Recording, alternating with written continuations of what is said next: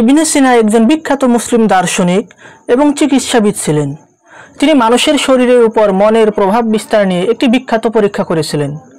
এজন্য তিনি দুটি ভেড়ার বাচ্চাকে আলাদা আলাদা দুটি খাঁচায় রাখেন এবং দ্বিতীয় ভেড়ার পাশের খাঁচায় একটি নেকড়েকে রাখেন, যেটি দ্বিতীয় ভেড়াকে দেখানোর জন্য রাখা হয়। ইবনে সিনা ভেড়াগুলোকে একই খাবার খেতে দিয়েছিলেন এবং অন্যান্য সুবিধা একই দিয়েছিলেন।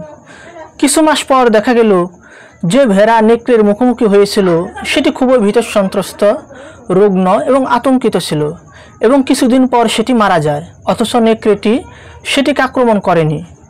অপরদিকে যে ভেড়া নেকড়ের মুখোমুখি হয়নি সে ছিল ভয়হীন এবং ওজনেও কিছুটা বেড়েছিল।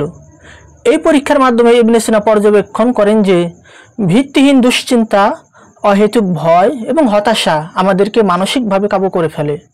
ইবনে সিনার এই পরীক্ষার সারমর্ম এই যে আমরা যদি আমাদের মনের উপর নিয়ন্ত্রণ প্রতিষ্ঠা করতে না পারি তাহলে আমরা দ্রুত অসুস্থ হয়ে যাব এবং তাড়াতাড়ি মারা যাব।